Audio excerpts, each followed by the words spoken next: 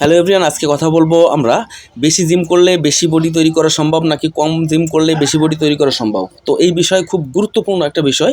তো বন্ধুরা, এই বিষয়টা আমরা সম্পূর্ণ ক্লিয়ার করব। তো একটা অনুরোধ করব ভিডিওর প্রথমেই যে আপনারা সম্পূর্ণ ভিডিওটা দেখবেন, আর ভিডিওটা ভালো লাগলে অবশ্যই চ্যানেলটা সাবস্ক্রাইব করতে ভুলবেন না।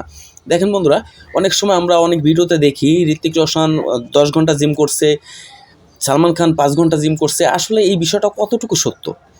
দেখেন বন্ধুরা, আপনারা জানলে অবাক হবেন। আমরা যখন এক্সারসাইজ করি তখন আমরা অবশ্যই আমাদের শরীরটাকে বিল্ড করার জন্য, আমাদের শরীরটাকে সুন্দরভাবে তৈরি করার জন্য আমরা এক্সারসাইজ করি এবং নিজেকে সুস্থ রাখার জন্য। তো বন্ধুরা, ওরা 3 ঘন্টা 4 ঘন্টা 5 ঘন্টা জিমে কাটায়, এই কথাটা কতটুকু সত্য? আর তাহলে কি ওদের সুদর্শন শরীরগুলো তৈরি হলো এত বেশি জিম করার জন্য? এখানে আমাদের কিছু কিছু মনের ভিতরে কিছু কিছু প্রশ্ন থাকে, ডাউট থাকে, এইগুলো সম্পূর্ণ ক্লিয়ার করব। দেখেন বন্ধুরা, বেশি জিম করলে কি হতে পারে আর কম জিম করলে বা কী হতে পারে, এখানে দুটোই কিন্তু একটা মূল টপিক, মূল বিষয়। দেখেন, আপনি বেশি জিম যদি করেন তাহলে কিন্তু আপনার শরীরটা বেশি ক্ষতিগ্রস্ত হবে। আবার যদি কম জিম করেন তাহলে কিন্তু আপনার শরীরটা মাসকিউলার হতে সময় লাগবে কিংবা নাও হতে পারে। এখানে কিন্তু দুটো সমান ব্যাপার। ওদিকে আপনার জিমটা বেশি করলে ক্ষতি, এদিকে কম করলে আপনার টার্গেট পূরণ হবে না। তাহলে আপনাদের কতটুকু জিম করা উচিত? দেখেন বন্ধুরা, আমরা যদি জিম করি প্রত্যেক দিন, তাহলে কিন্তু পারফেক্ট জিম কোনটা? দেখেন, আমরা যদি, আমাকে বুঝতে হবে আপনাদেরকে যে আপনি যে জায়গার এক্সারসাইজটা করবেন, তো সেই জায়গাটা ফোকাস রেখে যদি আপনি 12 থেকে 15টা রিপিটেশন মারতে পারেন 3 সেট করে, তাহলে কিন্তু সেই জায়গাটা কিন্তু মাসলটা হিট হয়ে যায়, আর লাগে না। তো একটা দিনে হয়তো বা আপনার দুটো জায়গার ব্যায়াম পড়তে পারে, 2টা জায়গার এক্সারসাইজ পড়তে পারে, হয়তো বা যেদিন চেস্টের ব্যায়াম করছেন সেদিন ট্রাইসেপ পড়তে পারে, এরকম। তো চেস্ট আর ট্রাইসেপ আপনি যদি 5 ঘন্টা ধরে একই জায়গার এক্সারসাইজ করেন তাহলে কি ক্ষতি হতে পারে? তো ক্ষতিটা হচ্ছে এই, আপনি যদি প্রতিদিন একই জায়গায় অক্লান্ত পরিশ্রম করে একই জায়গায় হিট করে আপনার মাসুলটাকে ট্রেন করেন, তাহলে কিন্তু ওই মাসুল কখনো রিকভারি হবে না। ওই মাসলগুলো একেবারেই ব্রেকডাউন হয়ে যাবে। ওর যে টিস্যুগুলো আছে, তারপরে বিভিন্ন সেলগুলো আছে, এগুলো নষ্ট হয়ে যাবে। পরবর্তীতে আপনি যত ধরনের মেডিসিন খান না কেন, সাপ্লিমেন্ট খান না কেন, আপনার শরীর কিন্তু গ্রোথ হবেই না, কোনোভাবেই হবে না। এই জন্য আমাদের জানতে হবে যে আমরা কতটুকু জিম করলে আমাদের পারফেক্ট। দেখেন বন্ধুরা, আমরা যদি এক্সারসাইজ করি তাহলে 30 মিনিট থেকে 45 মিনিটের ভিতরে কিন্তু আমাদের শরীরটা সম্পূর্ণ রেডি হয়ে যায়।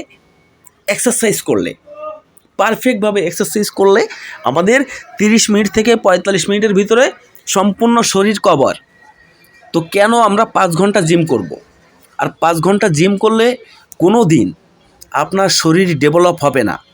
এগুলো কিছু ভুয়া ইউটিউবার এসে এগুলো ভিউজ কামানোর জন্য এই কথাগুলো বলে। কোনো প্রফেশনাল ফিটনেস ট্রেনার আপনাকে এই ধরনের ভুল তথ্য দিবে না। তো শরীর গ্রোথ হচ্ছে না কেন, এই বিষয়ে একটু কথা বলি। আপনার শরীরটা কেন গ্রোথ হচ্ছে না? দেখেন বন্ধুরা, আমরা যখন প্রতিদিন এক্সারসাইজ করি সেখানে আমাদের ছোট ছোট কিছু ভুল থাকে। এই ভুলের কারণে কিন্তু আমরা মাঝপথে গিয়ে এক্সারসাইজ বাদ দিয়ে দিই। যেমনটি ভুল হচ্ছে প্রতিদিন একই জায়গার এক্সারসাইজ। যেমন প্রতিদিন আপনি হাতের ব্যায়াম করেই যাচ্ছেন,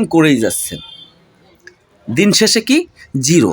আর যখন আপনি এক্সারসাইজ করছেন তখন সাময়িক সময়ের জন্য আপনার শরীরটা কিছুটা পাম্প করছে, তখন আপনি বুঝতে পারছেন যে এই মনে হয় আমার বডি হওয়া শুরু করছে।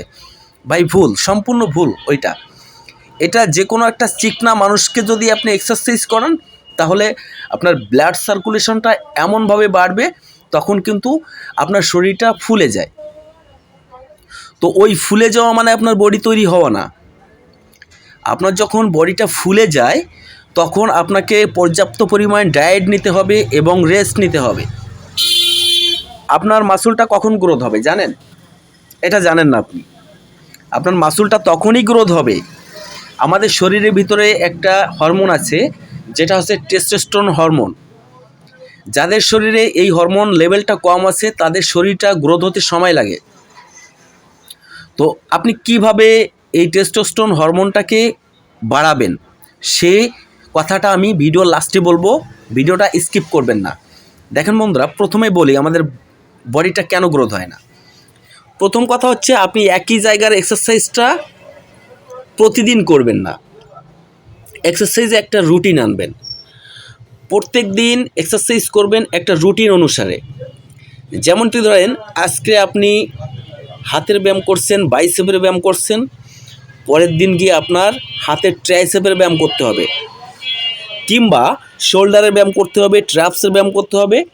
এরকম প্রত্যেক দিন সেট বাই সেট ব্যায়াম করতে হবে, স্টেপ বাই স্টেপ ফলো করে ব্যায়াম করতে হবে। এমনটি করবেন না যে একদিনে আপনার 2 দিনে পরপর 2 দিন একই ব্যায়াম করছেন আপনি।